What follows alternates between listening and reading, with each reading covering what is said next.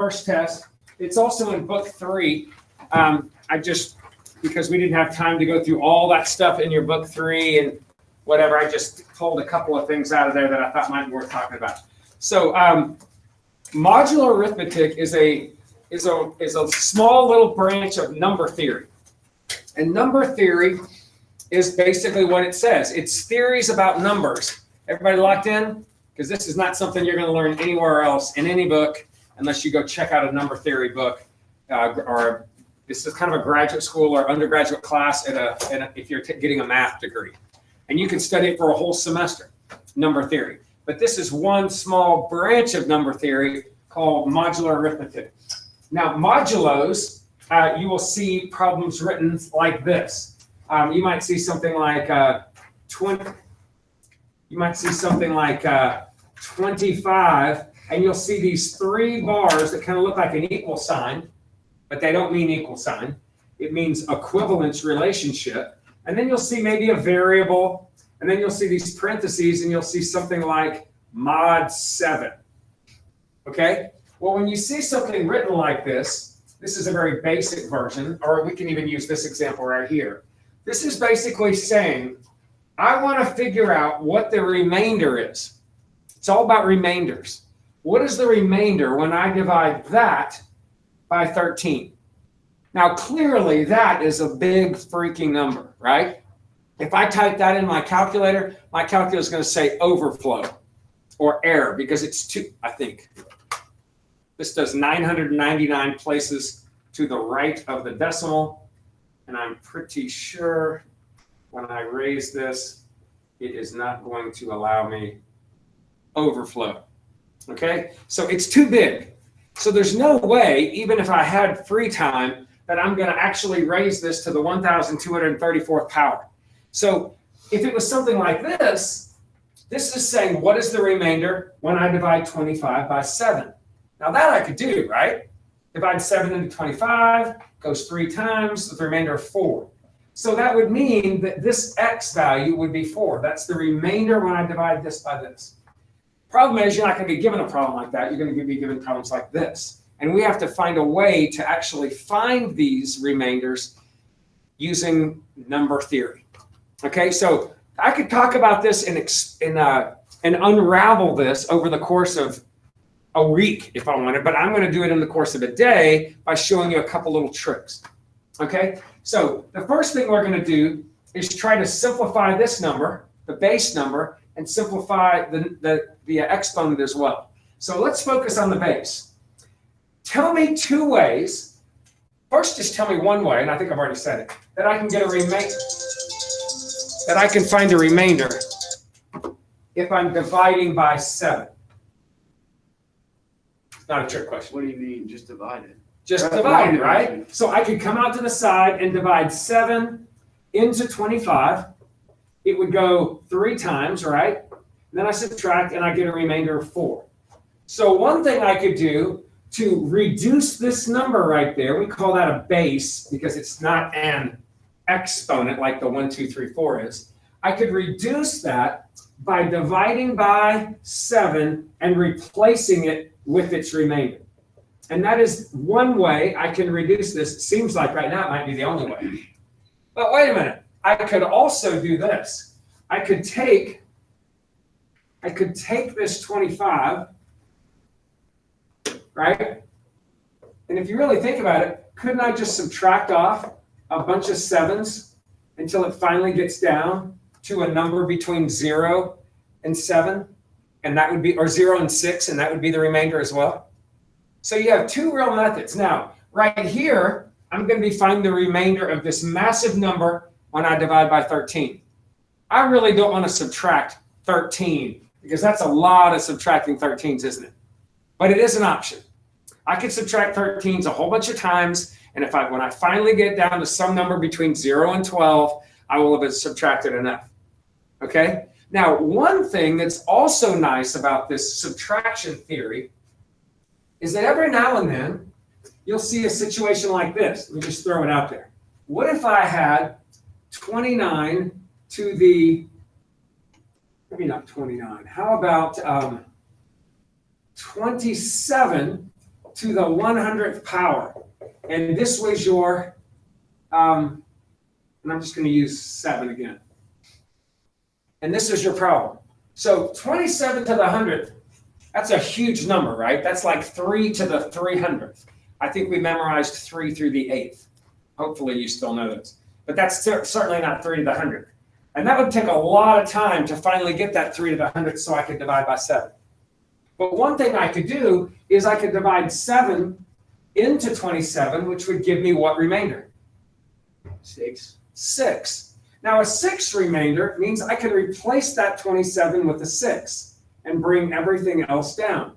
And that's helpful. I mean, it is helpful, right? Because now I have a smaller number than 27. But man, 6 to the 100th is still a huge number, isn't it? Well, here's where this subtraction kind of helps. What I could also do is subtract 7 either from 27 or even 6. What happens when I subtract 7 from 6? 1. I get a negative 1. Negative 1. But what's negative 1? And I could replace that 6 with that negative 1. What's negative 1 to the 100th? It's 1. You know what that means? I have gotten this number right here between 0 and 6. And anytime I divide by 7, my remainders are always between 0 and 6, aren't they? Because I can't, if I get a remainder of 7, I didn't divide enough. So sometimes this little subtraction process enables me to jump into the negatives for a moment, as long as it's a nice, sometimes it's a nice convenient number. And I jump into the negatives and I go, wait a minute, negative to the 100th, that I can do.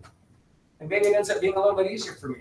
What that means is that 27 to the 100th power, which I have no idea what it is, if I divided it by 7, I'm going to have a remainder of 1. And I've simplified this problem. And again, you might be wondering, why do we care so much about remainders? Well, that's for another discussion. But for this class, this kind of stuff shows up at little math tournaments, little modular problems. And if you understand a couple of basic rules, you can get there. And by the way, the keys to the problems we're going to do, that is my way to get there. I could do the same set of problems again and get a totally different looking key. There's lots of different ways to get from where we begin to where we end. So don't expect you to get the same process, just hope that you get the same result.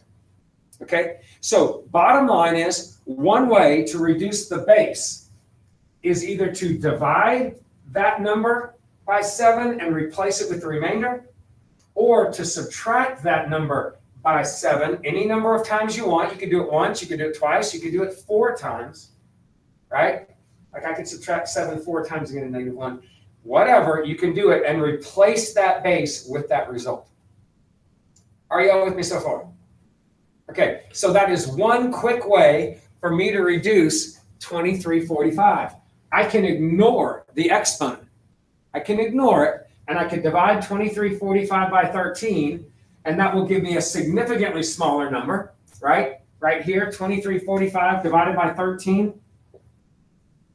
2345 goes in there once, the remainder of 10. That goes in there what? Exactly 8. 104, and then 0 with the remainder of 5, right? So on this particular problem, I can get rid of the 2345 part, replace it with its remainder, and drop everything else down. Now, you may look at this and go, well, how is that overly helpful? Well, in the short run, it's huge, because now this number actually might be able to be done on my calculator. 5 to the 1, 2, 3, 4. Yeah, this only has 862 places to the right of the decimal. So that's significantly smaller, right? Now, still a massive number, right? But the point is, I have reduced its size, and my goal is to get it shrunken down, if that's a word, to a point where it actually is more manageable, and then my common sense can come into play. Are y'all with me so far? Okay, now that power is still pretty big, isn't it? So let's see if we can actually do something with that. All right, so lots of strategies in play here. And again, there is necessarily no one right way to deal with these powers, but there's a great first step. Now, the second is a process, and we call this, it's a derivation of Euler's theorem. And if you know anything about this guy Euler, and it looks like Euler, E-U-L-E-R, but he's a brilliant mathematician, physicist. He's got all kinds of theorems that different branches of math or physics or science will use. But one of his derivations was used in number theory. And got to be honest with you, I don't know all the theory behind it, but it is something that is very nice that we're going to use. And this phi number, and they call it phi because of the lowercase Greek phi. Actually, it's pronounced phi if you go to Greece, but we butcher it and call it phi in America. But this phi of 13, what this means is this. Like, for instance, if I have, where am I in this problem? Okay, so if I'm trying to shrink down this 1, 2, 3, 4, I can't divide it by 13 like I was able to divide the initial base by 13. I can't do that. But what I can divide it by is my phi number. So my phi of 13 means this. And hear me out, and I'll explain this term I'm going to use in a second if you don't know it. But phi of 13 means how many positive numbers smaller than 13, so we're talking about 1 through 12, right, are relatively prime with 13. How many positive numbers smaller than 13 are relatively prime? Now, do y'all know what relatively prime means? Is that a no?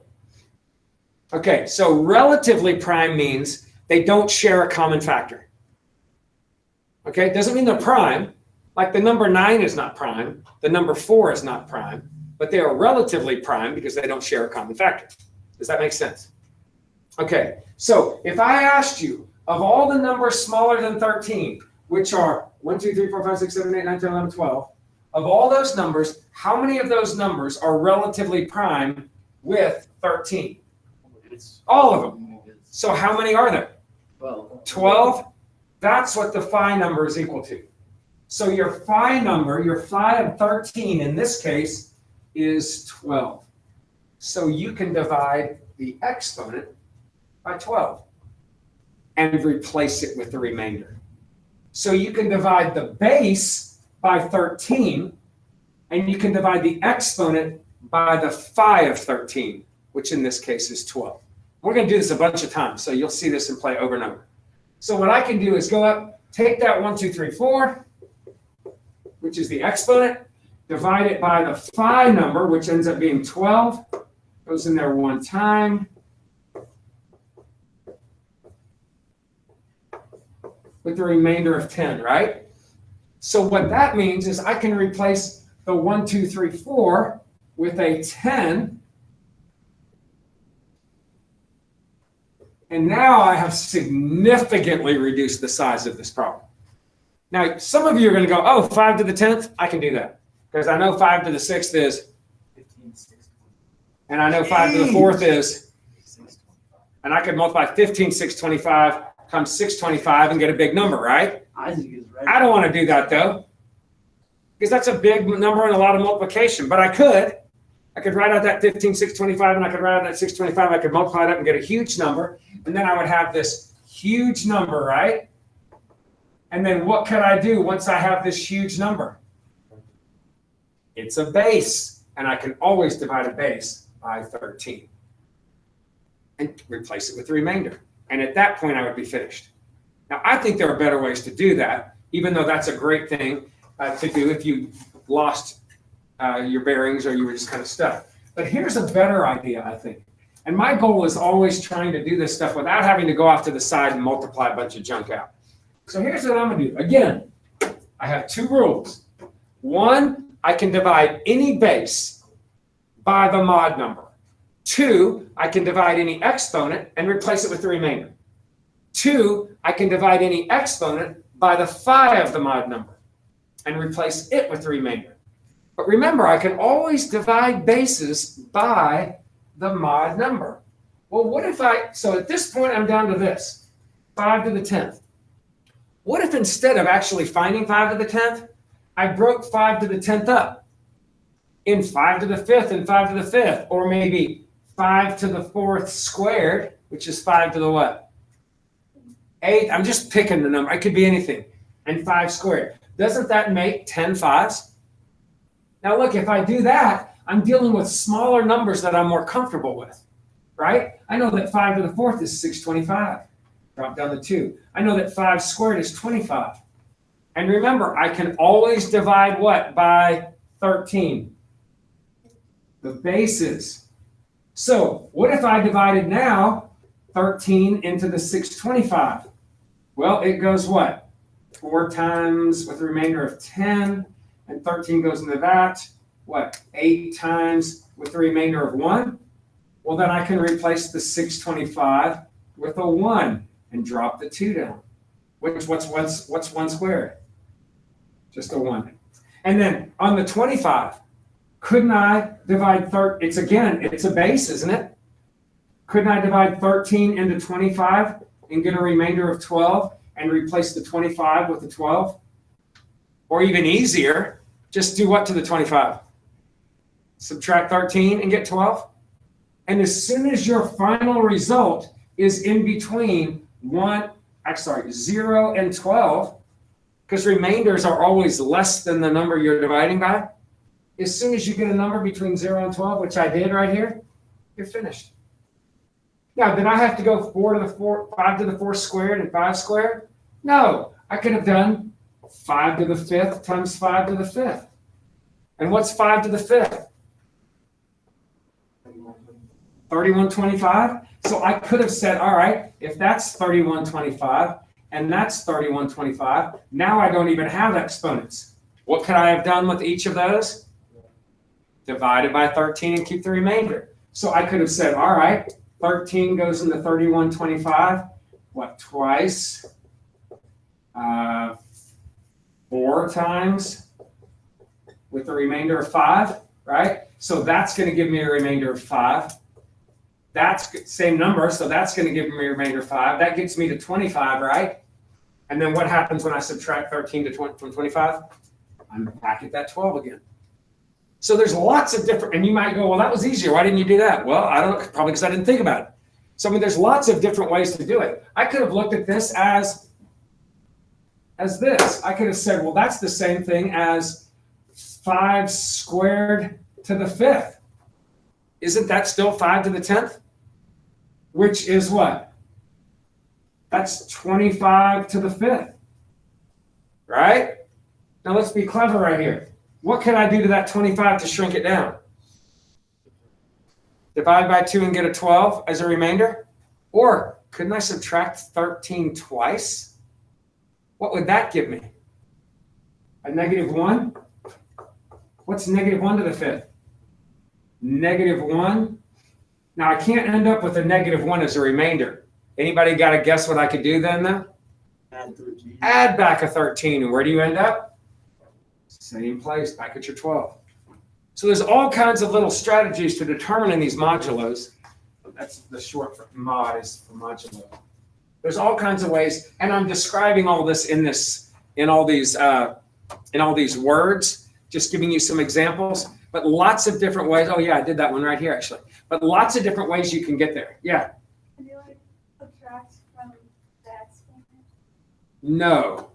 The exponent rule, to shrink that down, you're going to have to stick with your phi rule. But the great thing about your phi rule is when you divide immediately, that exponent becomes so manageable. And when you'll see in Algebra 2, at Vestavia, they'll give you really ugly problems. But at the state tournament, they don't give you very ugly problems. A lot of times the numbers are just super simple to deal with, the mods. So the ones that I'm going to give you, the few that we're going to do in class or whatever for homework, you're going to finish it up for homework, are going to be so much easier than you'd probably see at the state tournament. Because you can be really ugly with them, and you can also be not so ugly. So tell me the rules again. What can you do with bases? You can subtract and put what's left, or you can divide and replace it with the remainder. And if you go into the negatives, that's fine. But at the very end, you'd have to come back out of the negatives if it was still negative by adding. And then how do you get rid of the exponent? Or shrink the exponent? You divide by the phi number. And what's the definition of a phi number? The number smaller than it. I'm sorry, it's not the number smaller than it. It's how many numbers smaller than it are relatively prime with it. And if the number that you start with, the mod number, is prime, then it's just always one less. But it's not always going to be that. Sometimes it's 12. And you got to literally write out 1, 2, 3, 4, 5, 6, 7, 8, 9, 10, 11, and look at all the numbers that are relatively prime, which doesn't leave you many, and count those up. So let's look a little bit at everything on these and see what you can do. And what we don't finish in class, we can look at for homework. Okay, so look at number 1. What is the remainder when 2, 3, 4, 5 to the 1, 2, 3, 4 is divided by 17? So what 2 things real quickly can I do to get this number shrunken down? And by the way, I want to do this nice and neatly. So I first want to write this as a modulo, which would be what? 2, 3, 4, 5 to the 1, 2, 3, 4 is what? Equivalent relationship, not an equal, but like a triple equal to what? X parentheses mod of 17. All right, so here we go. What can I do first? So I'm going to divide that 2, 3, 4, 5. I'm going to divide 2, 3, 4, 5 by 17. I'm going to do this right out to the side. I'm going to be really careful because if you make a careless error here, you're going to be just dead in the water. Multiply 3, 51 gives me a 13. And then what would that be? A 7. Let me see if that's right. 11. Yeah, it gives me a remainder of 16. You with me? So I got a remainder of 16. I can replace that with a 16. Now, my next thing would be to go to the phi number unless you notice something. It's 16. Do what? It has to be 16. I can subtract the 17 from it. Now, I don't like going into the negatives unless it's going to make my life better. But if I can go into the negatives and get a really small number, especially if I have an even power, why not, right? So look, if I subtract another 17 there, I get a negative 1.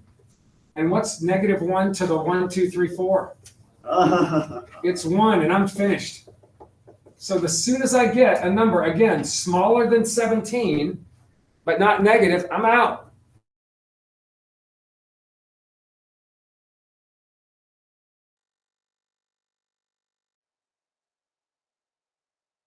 Exponent by 16, it would have just been a longer process if I didn't notice this. Is relatively prime one common factor, or take those have to be? Like for 12, 3, and 4 would be. Okay, so let's just do a couple before we get to that. So if I wanted to know, say I was doing a mod 12, right? So if I'm looking at mod 12, I would write or think about all the numbers. I normally write them down. All the numbers smaller than 12 that are positive. So positive numbers smaller than 12. Now of all of these, I'm not asking which ones are prime. I'm basically saying which of these numbers share a common factor with 12. And if they do, they're not relatively prime. We got to not count them. Well, 2 shares a common factor, right? So I'm not going to count it. 3 other than 1. 3 shares a common factor. 4 shares a common factor. 5 doesn't. 6 does. 7 doesn't. 8 does. 9 does. 10 does. So I'm only left with what? So those are the only numbers that don't share a common factor with 12, other than the number 1, right? So how many of them are there? 4. So your phi of 12 would be 4. So 4 is what I would use to divide the exponent by in that case. Are y'all seeing that? So had this been a 12 right here, and I didn't get something really nice like a negative 1, I would have come back and divided 1, 2, 3, 4 by 4. Now, some people go, oh man, I hate when they give me a composite number as my mod because then I've got to count them all up. Well, the upside of it, though, is your phi number is really small. And if your phi number is really small, what happens when you divide it into the exponent? The remainder is really small, so immediately you're down to a really tiny number. When your phi number is big, like 11 or 17, and a lot of times your remainder is really big, and there's a lot more work to be done. You with me? All right, let's try another one. Look at this one. I'm dividing by 11. So I've got 135 to the 135 equivalent x mod 11. So here we go.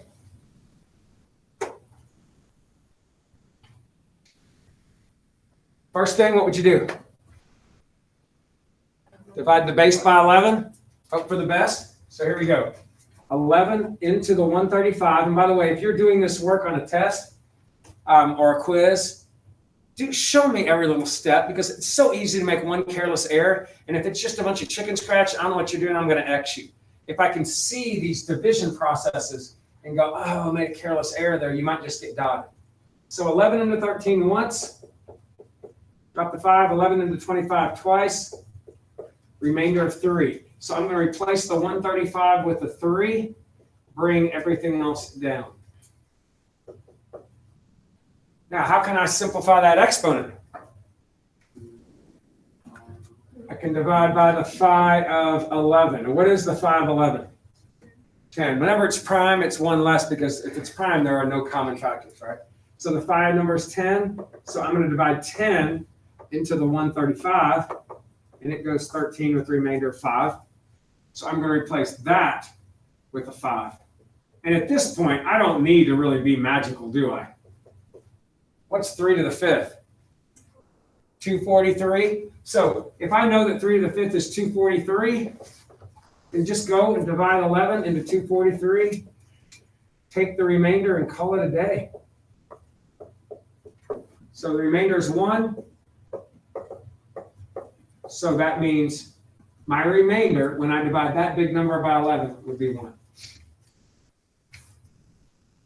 Now let's just say you didn't remember 3 to the 5th, and you really didn't want to multiply that all out. Could I have done this? This is just another alternate way. Check it out. Couldn't I have taken that 3 to the 5th and thought about it as 3 squared times 3 cubed? 3 squared, 3 cubed, right? And then couldn't I have subtracted 11 from the 27 twice? That would have given me what? I subtract 11 twice, that gives me a 5. And then I have 45 left over. And then what could I have done with that 45? I could subtract 11 4 times, or divide by 11 and get a remainder of 1. Either way, I'm going to get down to that 1 eventually, aren't I? So if you don't know what those powers are, remember, you can break them up into smaller numbers. And remember, you can always divide. When you break it up, you can divide any base by that. Look, here's another way. Back to the 927. I could have subtracted 11 from 9 and gotten a negative 2. I could have subtracted 11 twice from here and got a positive 5, which gives me negative 10, right? And then what could I have done with the negative 10? Add 11, back to 1. So a lot of ways you can get there. So don't look at my key and go, oh man, I didn't do that right at all. Oh my gosh, it's just one way. And also, I probably made this key out years ago, and I continued to evolve as a mathematician and learn better strategies as well. So I just made a key out. It was the first thing that popped in my head, whatever many years ago that was. But your line of thinking may be totally better. But those first 2 steps are almost always the same to me. Shrink the base, shrink the exponent, and then get creative. And I'm always thinking creative because I don't like multiplying junk out to the side. Sometimes I even err on the side. I avoid multiplying out to the side so much that I sometimes spend more time trying to avoid it than it's worth. But that's just me. All right, let's jump to, look at this, number 4. What is the remainder when 12 factorial is divided by 17? Now, before you go and go, well, I memorized 12 factorial in Miss Tyree's class, and it is blank or whatever. Before you do that, remember, what's the benefit of having a big, massive number? Most of the time when I got a big number, I like breaking it up anyway, right? Well, yours is already broken up. So basically what I'm saying is, what is the remainder when 12 factorial is divided by that? That's like me saying this, right? 12 factorial is this. Well, let's just write out 12 factorial. 12, 11, 10, 9, 8, 7, 6, 5, 4, 3, 2. You can put the 1 there if you want, but it's not going to do anything, because it's just times 1. Now, at this point, again, I can subtract a bunch of 17s because all these numbers are smaller than 17, right? I could do that and get a bunch of negatives. I don't know how helpful that's going to be. But what I could do, anybody got an idea? Prime factor. I could multiply a couple of these together and then divide by 17. So like, for instance, what if I multiplied 5 times 4 together? What do you get? 20? Why don't I subtract 17 from 20, and what do I get? 3. So I'm going to bring down a 3. What if I did this then? Does that make sense so far? What if I took that 3 along with this 3? I'm going to go ahead and write them all down to really, I probably would not do as much of this. Now, what if I took that new 3 that I have along with that 3 and that 2 and combined all them together? What does that give me? 18? What if I subtracted 17 from 18? What does that give me? Times 1? Well, times 1 essentially gets rid of that, doesn't it? And again, I'm just looking at numbers. What about something like 7 times 6? That gives me a what? A 42, or maybe 9 times 8? 72, maybe 11 times 10? 110? I can just go and multiply this stuff together, and then once I do, now the numbers are bigger than 17, their basis, and I can divide 17 in and take the remainder, or I can subtract 17s. It might be easier to subtract a couple 17s on the 42. What's a couple 17s equal to? 34. So if I subtract a couple 17s, what's left? 8. Now you could also divide by 17 and get a remainder of 8, but this is going to give me an 8. Now, if you can't see how to do that here, I know that if I subtract 17 4 times, I'm going to get a 4 left over. But if you don't see it, divide 17 into the 72, right? It goes what? 4 times equals 68, remainder of 4. Well, replace that with a 4.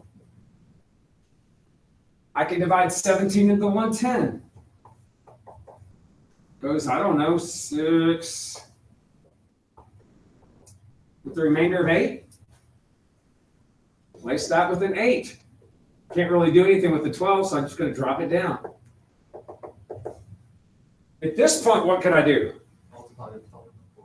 All right, multiply the 12 and the 4, and I get a 48, or 12 and 8 and get a 96. Doesn't matter, 8 and the 8, and I get a 64. What can I do with the 48 now? Subtract a couple 17s, and what do I get? A 14. Or if you're really creative, what if I subtracted 17 3 times? What would that give me? That's like subtracting 51. What if I subtracted 17 4 times? That's like subtracting 68. What do I have left? Is 12 smaller than 17? And you're finished. Now, if you didn't see that little step I just did, couldn't you have just kept dividing? 17 into 48 goes twice, remainder of 14. 17 into 64 goes 3 times, remainder of 13. And then you could have multiplied those together and divided 17 in again. Or at this point, maybe you can see, oh, if I subtract 17, negative 3, subtract 17, negative 4, oh, that's positive 12. Oh, I'm done. As soon as you get to a number that's between 0 and less than that number, you're finished. And you don't have to keep writing X. You can put the little triple equal signs and just ditto it down, because nothing's really changing on the right. Oh, and by the way, you could write it like this, which is the way I normally write it, or you're allowed to switch the X and the 12 factorial. That part doesn't matter. So if you ever see one where the X is on the left and the 12 factorial is on the right, they're interchangeable. Because you're basically saying these two numbers have the same remainder when you divide by 17. So 12 factorial and 12 both have the same remainder. You want to see a great ciphering question? Happens all the time. Not all the time. Happens occasionally. What if this number was 20 factorial?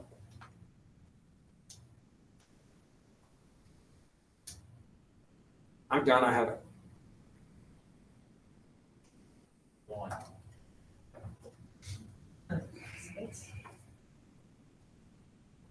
Well, there is a 1 in 16 chance. No, 1 in 17 chance if you're going to guess. But why is it 0? Because 17 factorial, all that cancels. Oh, wait. With the 17, it turns into 0. That's right. If I write out 20 factorial, one of the numbers in that factorial is 17, isn't it? And when I divide 17 by 17, what's the remainder? And if I put a 0 in there and it's a big giant product, then the whole thing ends up being 0, right? So this is a factoring problem I've seen, a ciphering problem I've seen occasionally, not that we have any ciphering this year, but if you ever saw a 20 factorial, if it's bigger than that, then right there, you know, wait a minute, this thing's 0. Or if they gave you something, even going back to that 12 factorial, what if I said mod 20? In that 12 factorial, can you make a 20 out of that? What's going to be in there? A 5 and a 4, a 10 and a 2, right? So if you can make this number, that's why they like to give you prime numbers, because you can't make prime numbers out of those if it's less. But if it's something like that, you can create that number, 0, you're done. All right, what about, how much time I got? A few minutes? What about, all right, let's talk about this. What about number 6? What are the last 2 digits of the number 2388 to the 2008? The last 2 digits. Let me ask you a question. What's the last 2 digits in that? 48. What are the last 2 digits in that? 48. 48. What are the last 2 digits in that? Okay, now answer this question. Mods are all about division and looking at a remainder. What number can I divide into any one of the options I gave you? And I'll always get 48 as a remainder. You're getting closer. If I divide 10, I'm going to have a remainder of 8. Oh. 300. Wait, what's the? Yeah, 100. Yeah. If I divide 100, 100 is going to go always evenly into that, right? Think about it. 100 is going to go into 300 or 2,300 or 62,300. It's going to go into that part evenly, but you're going to always have a remainder of the 48 when you divide by 100. So if I ever want to know the last 2 digits and I don't know what the number is, like I have no idea what that number is, I can just divide by 100. If I want to know the last digit, I can divide by 10. If I want to know the last 3 digits, I can divide by 1,000. So if I say the last 2 digits of that, I'm just going to do a mod 100 problem. Now, at first glance, you're like, okay, I got a mod problem. I know how to do these, right? So what do? What are the first 2 things I do? Divide that by 100. What is that going to leave me when I divide it by 100? An 88. Now, drop everything else down. What do I do next? Divide that by what? 5 of 100. Oh, crap. Am I really going to have to write out all the numbers smaller than 100 and figure out which ones are relatively prime with 100? The short answer would be yes. I'm sorry. The long answer would be yes. The short answer is no. Know this pattern. And then I actually forgot the little trick, although it would have been in your summer reading packet. We would have already discussed this so I forgot it. But just notice this pattern. A phi of 10 is 4. A phi of 100 is 40. A phi of 1,000 is, guess what? 400. So if I want a phi number of 100, it's 40. That was actually a ciphering question a couple of years ago. How many numbers less than 100 are relatively prime with 100? They were asking about a phi number. Boom, 40. All right, so I'm going to divide the top by 40. Guess what I get when I divide the 40 into 2008? It goes, 40. It goes 50 times with the remainder of 8. All right, now I'm in business.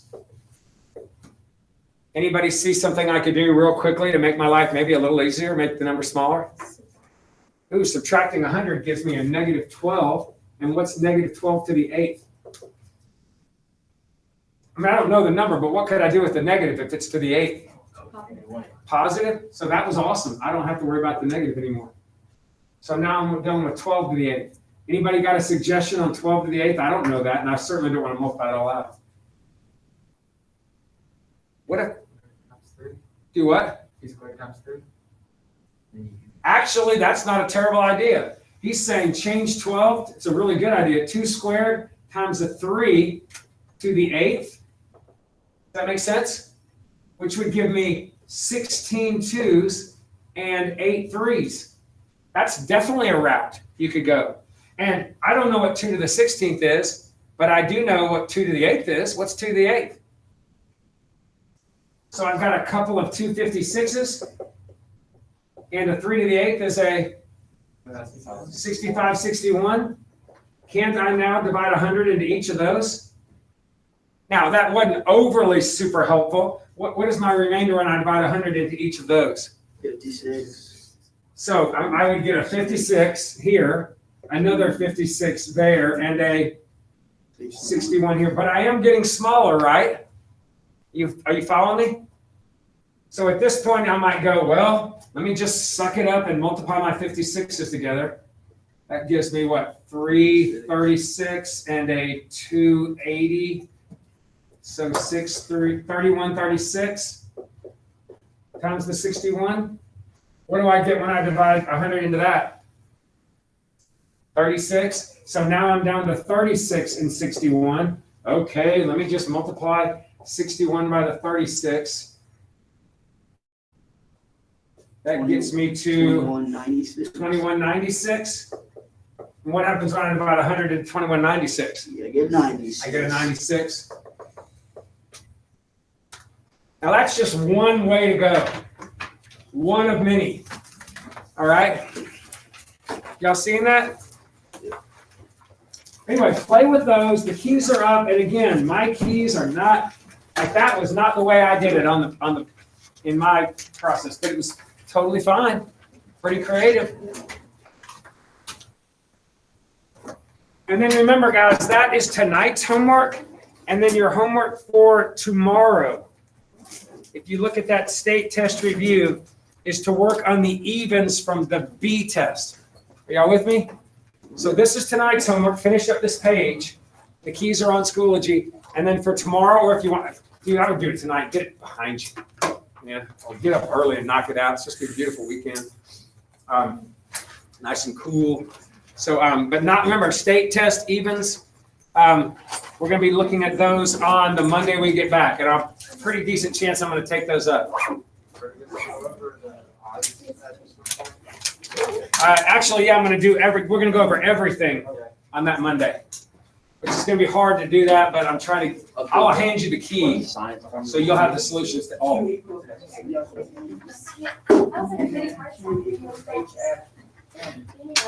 But it can also do that. And then if you're No, not now, it's. For us, we had a problem called boiling point.